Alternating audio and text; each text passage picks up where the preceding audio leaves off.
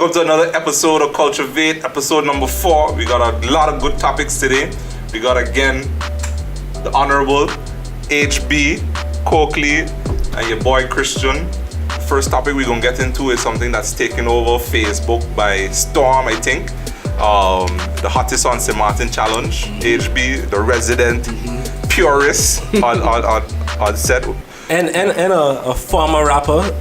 Don't forget, that's where the HB come from. Hey, cut.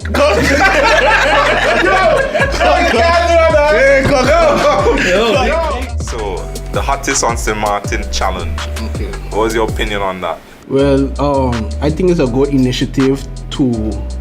I think it's Rum started. Correct me if I'm wrong. Yes, Rum and Dollar G. And Dollar G. Well, I think it's a good initiative because for a little while, I must say the hip hop scene in St. Martin was a little dead. I think we were going into the direction of soca and carnival music. Yeah.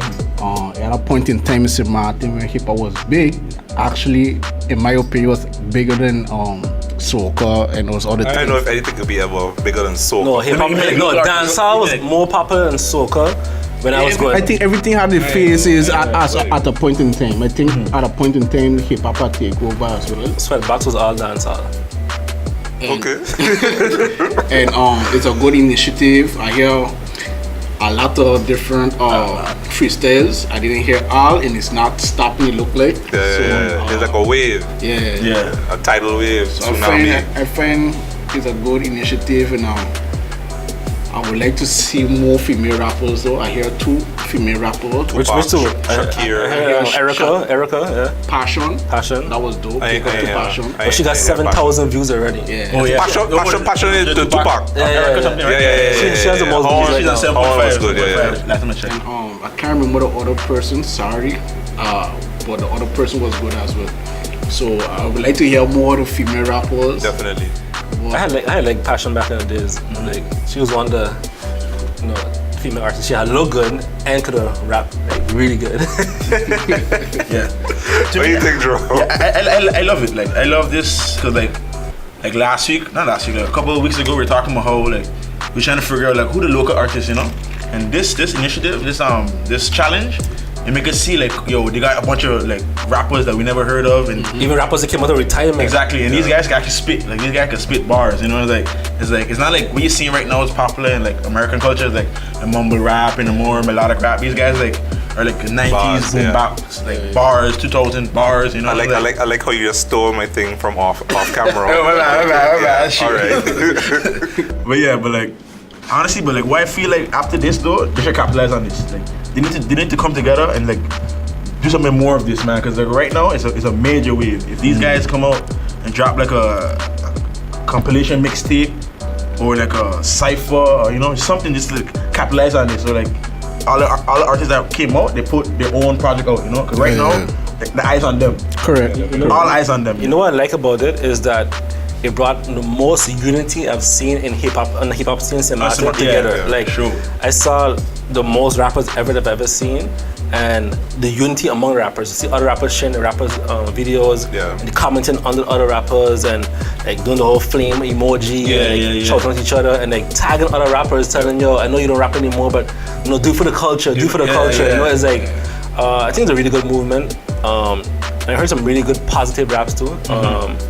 And like you said, I think you're right. I think we should, or they should find a way to capitalize off of it. Yeah, like maybe even like go from the videos, take the same bars, but go to a studio now and make like an official cipher. And the ones that are away, because there's some in the US and some in Holland that also did a challenge too. And maybe they could record over there and then do their version like Hottest on St. Martin represented from Holland, official video. Yeah. What do you think, Christian? For me, like Jerome was saying, Coakley, my bad. Giving them a government, man. Yeah. I didn't know a lot of local rappers because there's a point in time where we were all away, and then we now came back. I didn't know any local. I knew few. I didn't do the research. Thank you very much. I didn't do the research to find local hip hop. And then the local hip hop or rap that I was hearing, the quality wasn't good. And then when the quality started to get better, you just gravitate towards those that had, the consistent quality. So a good bit from the new school, I guess, I knew. And then, of course, like when the old school guys did their cypher, I knew them because it was like, back in the day, Loud and Loving It, you had the best rap category. So a lot of the older guys I knew, and I was like, okay, cool, boom, they came out. So for me, I think it's a good initiative. I like the entrepreneurial spirit that the two gentlemen, Dr. Rum and Dollar G did it. First shout out Dr. Rum for the beat. Yeah, Dr. Rum. I have a question. Because he was on the voice. He was on the voice. Created the beat itself. But I hear everybody saying shout out to Dr. Rum for the beat. I don't think you can get all the shout outs in that beat. Well, I don't know. That's the thing. I don't know if he purchased the beat and he sent it out, or he actually made the beat. For me, it does. If he made the beat, then it's even, to me, even better. Yeah, because it's our own production. Because I remember the initial one. I think it was the initial shout out from Dollar G was for Dr. Rum and Zavo on the beat. Yeah. So I believe they made it. I believe he made it, man. I had to come with that because But I like the initiative. I think it was a great initiative, and I think and this is from now a business side. You now need to turn that fame, or not fame, or that attention, momentum and monetize it now, because one thing that I think that we're lacking on the island is support from one another. Correct. Because I was talking to an individual, a gentleman that used to promote boxing back in the day, back in like the 50s, 60s, and he used to say, he said like 500 people used to come out to his events. Okay, there was not much going on in St. Martin at that time, but if you get back to that place where we as individuals support in those numbers our artists, then they can now on what I complain about is the consistency. Now if they have the people to come out that pay to see them, that pay to do X, Y, and Z, then they could pay for the consistency and turn into like a rock city and better. I don't think it should depend on support locally though. That I must say, because even with social media and stuff. They have different avenues of promoting their stuff. And I disagree though. I ain't saying that we as locals shouldn't support, but you shouldn't depend on it. It's a difference, because even back in the day, that formula wasn't really working like everybody wanted it to. Everybody used to be actually sound like they're begging for locals to do it, which I understand to a certain degree at that time. But if that formula don't work, then you have to try the next one. So especially at this age and time when we have social media, I think you should reach out at least regionally and try to get those different markets. So I ain't gonna lie, I do agree that we're supposed to support our local, and not just support because they're asking us to, but because we actually like it and want it. Let me say this then, right? Somebody asked me this the other time here, right? I had the same comment, okay? And they were like, okay, you want to support, but what if I just don't like rap music? You know what I mean? So like, let's say, if I live in the US, right? The US have a lot of different rappers, and let's say Christian by Kodak Black from Florida. Right? Shout out to 305. If FIU. It's that Z shit. Golden Panthers, let's go. He's from Florida, right? But if I grew up in Florida and I don't like Kodak, but I like Jay-Z who's from Brooklyn, do I still have to pay my money to go and support Kodak? You ain't got no choice when you live in Florida. Because he's local? That's if I don't like his music? And that's why I mentioned you can't depend on locals, you understand? You try to reach out to different markets. And I see like that's why Rum doing as well when he's going overseas. And he getting a lot of support from the European market as well. And then people from St. Martin noticing it And now they becoming fans. And exactly. So always takes you to go get fans away. And not even in states. Everywhere. In states too, some of the artists will say, yo, I get more support from a different area. Yeah, you get so you love all the city. All the city that inside. So Yeah. these are the things that artists need to watch and analyze and then execute afterwards. That's just my opinion.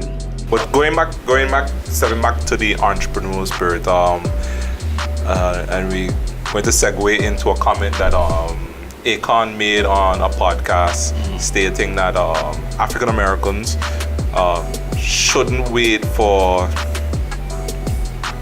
handouts and reparations, I guess. Yeah, from the government or whatever In the United States. but they should go to Africa and start up enterprises, and they'll be like magnets within 5 years. What do you think? I want to hear from. HB had tagged me in it. He tagged me in the video, so I was like, he don't do a lot of tagging. To me, he does tag. I have to watch. But I know something serious or important. Or basketball. So I watched the video, and before I get into the video, you know what's a little surprising? Who's the host of the podcast? Nori. And Nori he had looked shook as hell. Like he like. Yeah, it's true. Yeah, he was like, what? When am I going to Africa? What am I going to Africa for? And he never visited because he didn't want to get a vaccine. And then I started to think, right? Because I had a friend that had to come down to perform in St. Martin for HottestOnTheRock, and on the airline from KLM, they had like warning signs, right? And they say, yeah, you need a vaccine. Yeah, a bunch of different things. You need vaccines. Be careful of this. Be careful. So the dude messaged me like, yo, Arthur, is it safe to come to St. Martin? Yeah, the negative stigma behind. Like, why? He like, the airline said you have to put all these vaccines and make sure. So I'm like, what? So I understand. In the end, I understand what Nori's talking about, because like the way they made Africa seem back in those days, like. We even know. Still, but then he was like, he said in the video, like, they made it seem like he went to Africa to get AIDS, but like, so we breathing on him. Breathing on him, basically, malaria and all different things. So like, they put this fear of God in people back in the days that made him not want to travel. But he can say some interesting stuff. I was watching him. And in the comments, had somebody that posted a house, and they said like, my mom bought this house for $5,000 in Liberia. Yeah. And I was like, when I wanted to go to Liberia, it didn't sound too safe for me at that time. Like I have friends in Nigeria. I could see myself going to Nigeria, Ghana, Senegal, Ghana, Papua New Guinea, Kenya, South Africa. And I was thinking about it. Let's say if we all come together, put $2,000 and buy a home there, and we go on vacation to our mother country every year, and then you get a little familiar, and eventually start branching out into investments and so forth, because your dollar over there is worth a lot more. And I don't see nothing wrong with investing, you know. So if we always going to the US, I think we should take a chance and like go to the mother country and see what's about. Mother continent. Yeah. Thanks. And if you could put up $1,000 to make an investment for a home over there, put an Airbnb or whatever, I think it's worth doing, exploring. Cogley. But I feel like I understand what Akon was saying, but I think he made it too easy. Like how he make it sound like we could just pull up in Africa, buy this, start that. Like he make it seem like, you know, there's no like bureaucracy you have to go through. People do like, St. Martin all the time. Yeah, but like I don't know, but like he's African. Like he has papers from there. He's from there. He has wives from there. Exactly, he has wife. He has all this stuff. But like he didn't say wife. He said he has a wife, and then he has. Anyway, but I get what he's saying. Like he wants us to like, go over there. You know, like there's a lot of opportunity over there. But like I don't know. Like I don't think the everyday person could do that. You know, like the regular person is working a normal job. You can't just. Like, but why you think they can't do it though? I don't say they can't do it. Just that it's not easy to make it seem. It's a big decision. You have to like uproot your family. You have to go over there. And then I think that's a decision you take one time. Like exactly what Ardwell was saying. But I'm saying, like how Akon was in that interview, he make it seem like it's just like, yo, You go to Africa 5 years, you're a millionaire. But- There are people that left other islands and came to St. Martin and never went back home. Yeah. Ever. Yeah, I understand that. So but if you could do that, but yeah. I feel he making it too black and white, man. It's like No, but I know. I mean, he's not gonna say, bring your passport, check him at the receiver's office. He's not gonna give all the details. But I think you are making a comparison to the US. Yeah. Actually, because if you we know what we understand at least is that people from Cuba, as example, just go over there and get their stuff in order quickly. He trying to say instead of doing that as black people, you could try at least do that in Africa. Yeah. There's the same effort you're doing to rush to go over here when things are harder for black people, right? Allegedly. I can say that one. Why don't you make that same effort and go to Africa where they embracing the black people? Now the question is for me is, are they really embracing all black people in a sense of we from the Caribbean? exactly. Right? I'm saying like they in Africa, like they there, like this year just pulling up. Want to open up businesses, they gonna be like, I don't think all of them will be like, yo, come my brother. Well, it's possible because right now, according to why I understand, is Africa looking for a lot of investors, right? We So, are talking about China. Yeah, China's up in there. They deep in there. yeah, for yeah. sure. So the possibility is there, but of course, you need to have the money to invest. Yeah, exactly. Like It ain't like. it's like he's speaking from a rich man point of view. Like, he rich, you know. He can go over there. He can invest in infrastructure of his new company. No, but don't forget, I don't think he necessarily meant rich people. Like I said, like your dollar over there stretches a lot more than the regular person. Yeah. So if you, for example, like saving here to buy a car, right? And you say, you know what? I'm not gonna buy a car. I'm gonna save for a year. Take a trip over to Nigeria, for example, and look at my investing opportunities. Like for example, I went to Costa Rica, and we met a guy who does the ATV tours. He's from San Francisco via expat. via El Salvador. So he came there on vacation, right? And while he was there, he fell in love with the country, and he was like, "Man, I don't want to go home." And he had like exactly 30 days to figure something out. Others he had to go back home. Oh, he initially came to buy property, and then he was like, you know what? He don't want to go back home, and he now has the #1 ATV company in the whole. But you hear you say though, he came there initially to buy property. Yeah, but he didn't buy the property. But he didn't buy the property. But I'm saying he had something there to come down there and be like, I know, but if he didn't go, he wouldn't have seen the opportunity. So I know. maybe your $10,000, for example, or $5,000 over there is equivalent to $100,000 over here. When I saw it, Christian? when I saw it, I felt as though he was talking as in terms of continental Africa as a place where for its size is not as far as the other continents like North America, Europe, Asia, Australia. Well, not Asia, but and there's a lot of things that are in its infancy. A lot of like technology and That's where you want to be. and industry. All of these things are in its infancy. A lot of things has been exploited by first world countries, and it's an opportunity for us instead of and when I say us, I have to make a distinction between African Americans and us here in the West Indies, because we here in the West Indies, our story is a lot different than our African American brothers and sisters, because from since we're born, we know a black prime minister or a woman prime minister. we have family with land and stuff like that. We have family with land. ownership, we have wealth. Yeah, exactly. Like, Yeah. so our story is a little different. So for me, I won't necessarily go to Africa and be like, I want to invest here because I can't get it where I'm from. So I saw it as him saying that, you know, stop crying about not making it in the United States, where there's this whole continent that the United States fits into like twice or three times, where anything that you dream of and you work for it, you can make it, you can have it. You know, because he's starting up also cryptocurrency, his own cryptocurrency.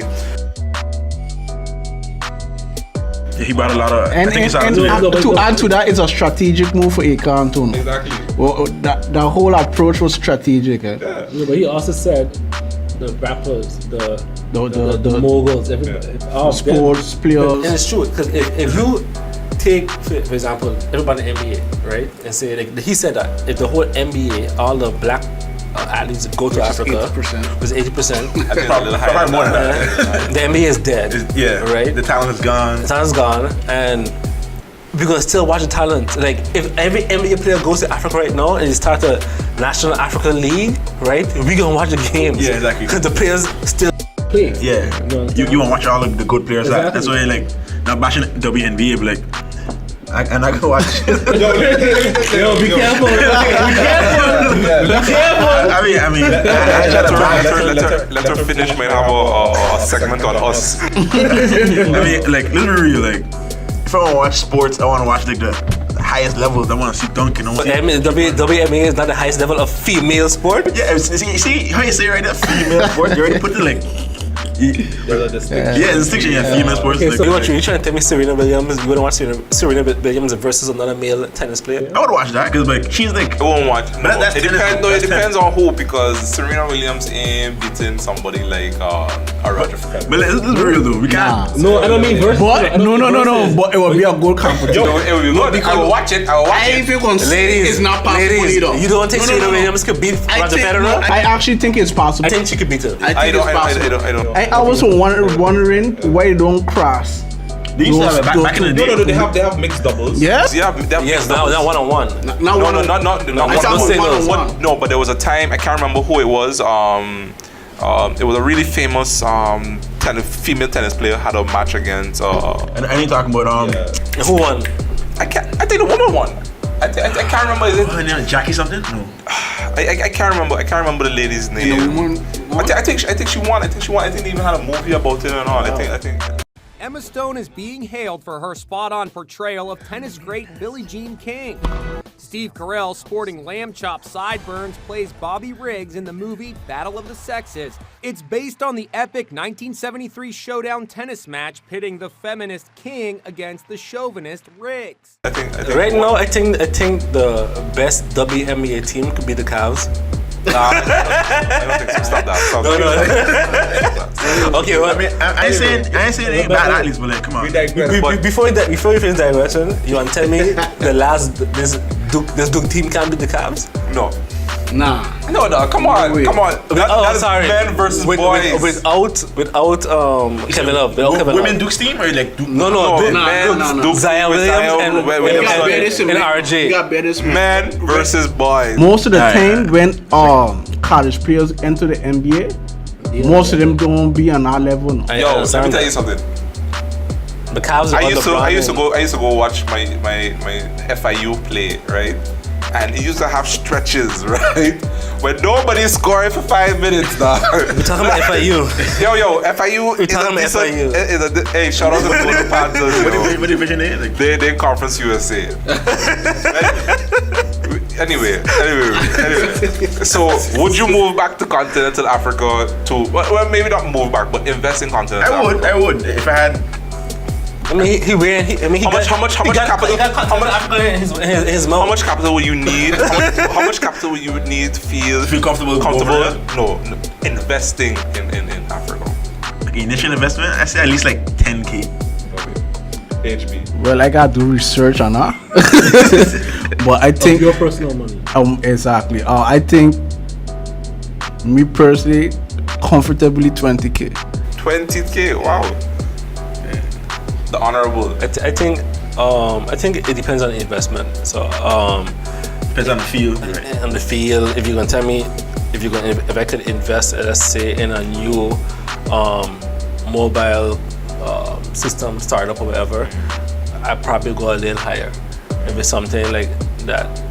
On an average. I know, but it really depends. Cause I say agriculture, like my risk is dependent on the thing I'm investing in. Like I would invest more money in Apple than I would in But let's say, right? Nokia. Let's say for any investment, right? If you had to just say, okay, on average, what would I need to go over there? How much you will go for it? Is that difficult to say? Yo, let me tell you. It depends on the investment. I will go specifically to Congo if I got 15 G's, because in my opinion, Congo is the richest country in Africa. Why? Because they have timber, they have gold, they have diamond. I believe they have oil. They don't have a really good infrastructure. No, so I need that material, nickel, because I think they have all of that. I have to go check. Roman's gonna make sure. Coakley's go check that. But I believe for me, Congo is a place I will go because. Yeah, but I also need a place where I could feel safe. Hey, that's what one. Next question: is Congo safer? No, Congo is not safe. but high risk, high reward. Yeah, so but also you're gonna go there, invest, and he's gonna say, you know what? We season that. That's always now. Yeah, but high risk. See, that thing, that's what part of I think the reason why like African Americans or whatever they would move over there, because like the media make Africa seem so dangerous. It's like you don't want to go there and like lose everything. You don't go there and get kidnapped. Like, like, but then all the hustlers should make that investment because they're taking risks every day. And they get to lock up all the time in America for it. I'm saying like that's the reason why people are scared to go over there, because over the years, the decades or whatever, they make Africa seem so dangerous. So like, however, this right now in this climate, right? You have a powerful movement with black people at the moment, especially in America. So, in my opinion, the eyes open up differently when it comes to certain things. However, it's not getting promoted properly. I'm saying like so, like, Akon was a force, like international African artists that promoting Africa at the moment. He's not. He had people before Akon. Even Mos Def. He's not African. No. Mos Def is not African. No, I'm saying he's not. I said African. Okay. You will feel more comfortable African than you than African American. I feel more comfortable with somebody that knows the place. African. Maybe he was born there but never lived there. We know Akon better than Africa. Let's we will continue this conversation for a while, but this week or late last week, there were some videos that surfaced online. I think it was this week. Today, even had a new one. This week. Going back to, we're not going back to anything, but 2 fights involving girls. One happening on a school bus. The other one is happening right in front of Academy, I think. Academy.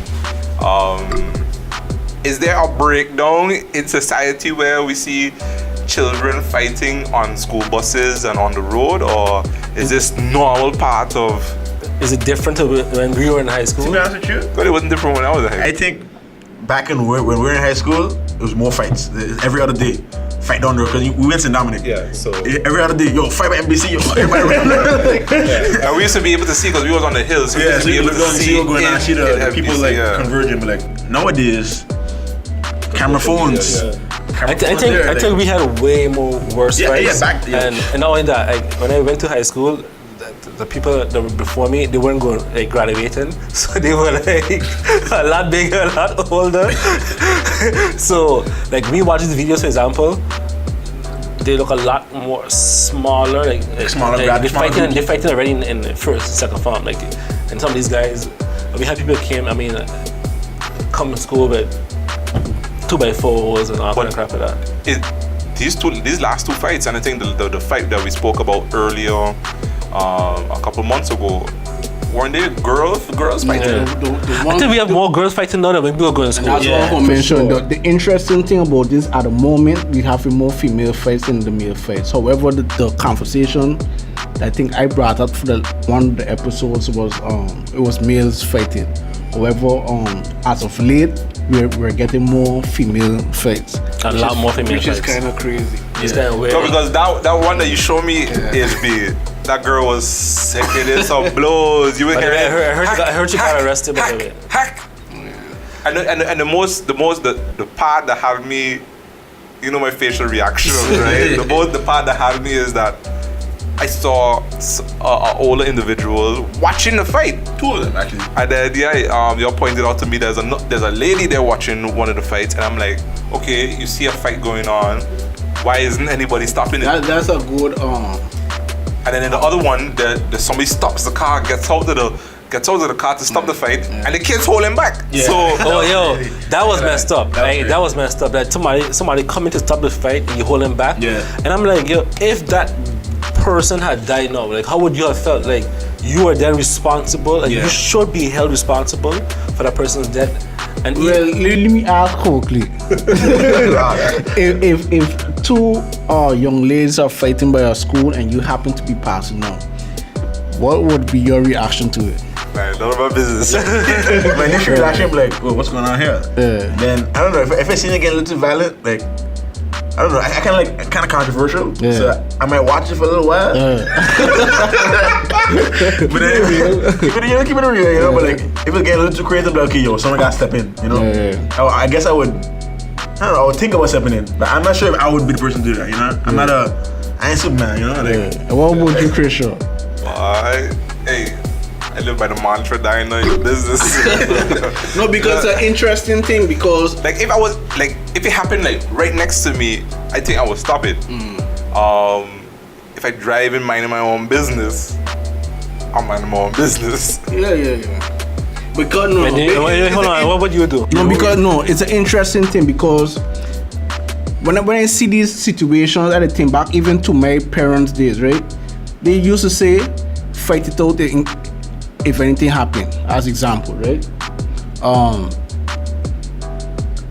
In my days, it has security part in the situation. Michael and some other security guards, right? In a situation like that, don't you think the security guards is the ones supposed to be able to? Because it happened in the school premises, right?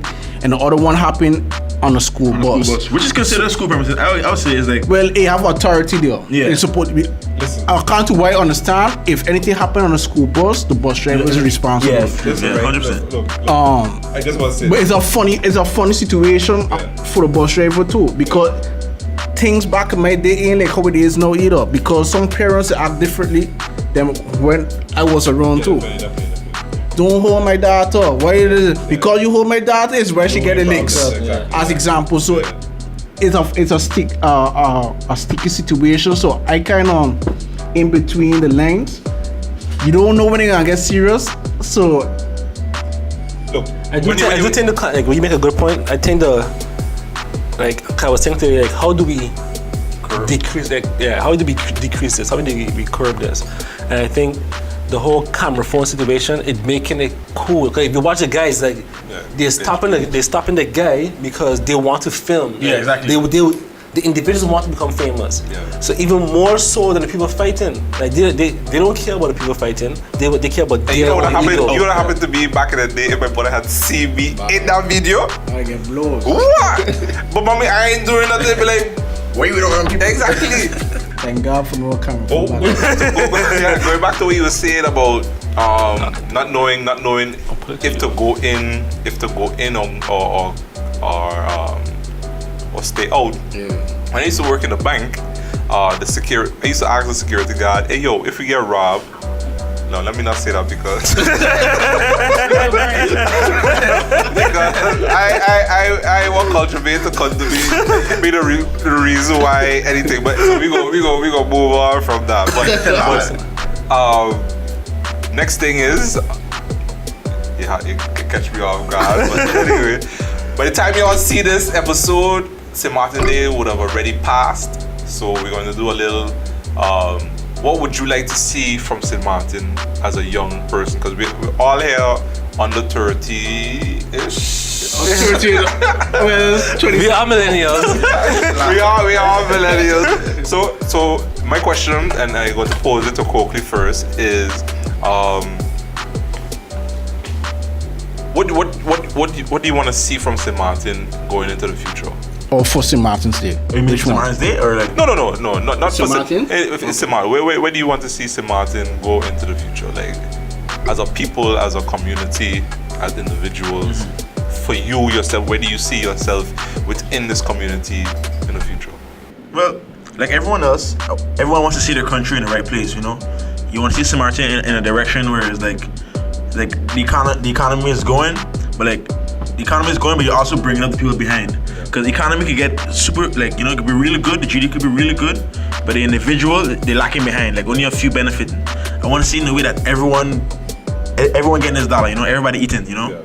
And like who doesn't want to see the country do good, you know? Yeah. Who doesn't want to see the country do good? Let me hear from the honorable. No, let me hear from. Oh, you want to hear or HB? Let's say HB. Well, I would like St. Martin to basically be Wakanda.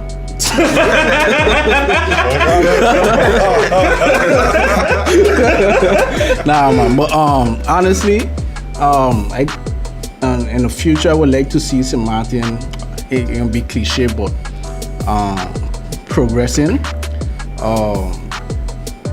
But we have to be very strategic in how we do things, because what we do now will affect us like 4 years later down. So it's very important to start doing things correctly right now, in my opinion. But to go down that list, it's gonna be long. So I really want to go in depth, but I think we should start looking at different avenues or income as well, other than tourism alone, because we're not 100% sure how tourism gonna be in the next 20 years. Not even the next 4 years, as example. So I think we should, as an island, because like I just went to Jamaica as of late, and big up all the Jamaicans. We still further than them with a lot of things. And it would be a shame if 4 years later I take a Jamaica trip and I notice Jamaica way ahead of St. Martin.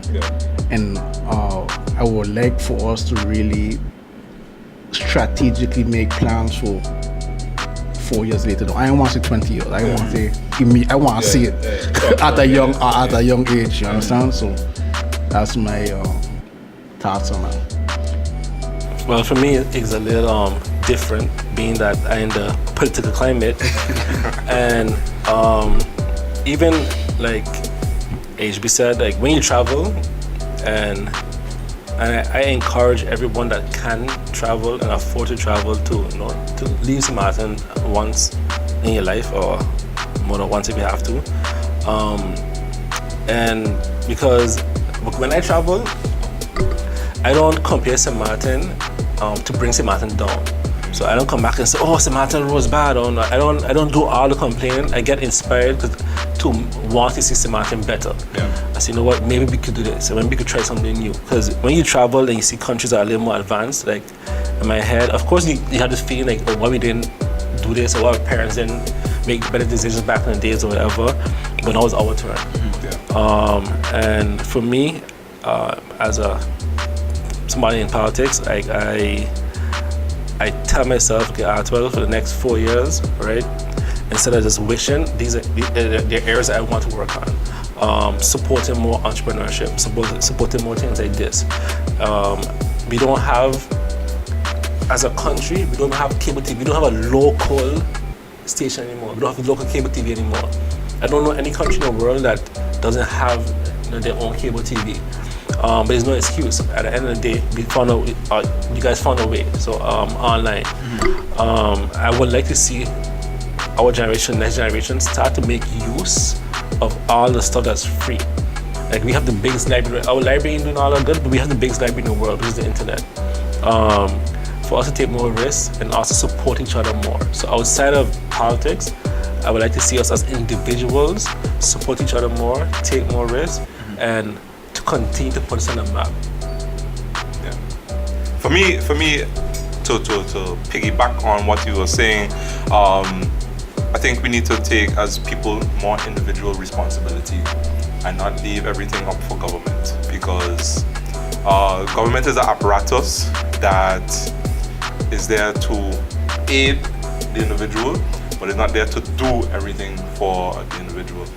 I think St. Martin has a bright future, and we just need to know and come together and capitalize on that bright future. I agree with HB that we need to diversify our economy instead of becoming this one pillar economy, to diversify it. And I believe that we have the human resources to do it.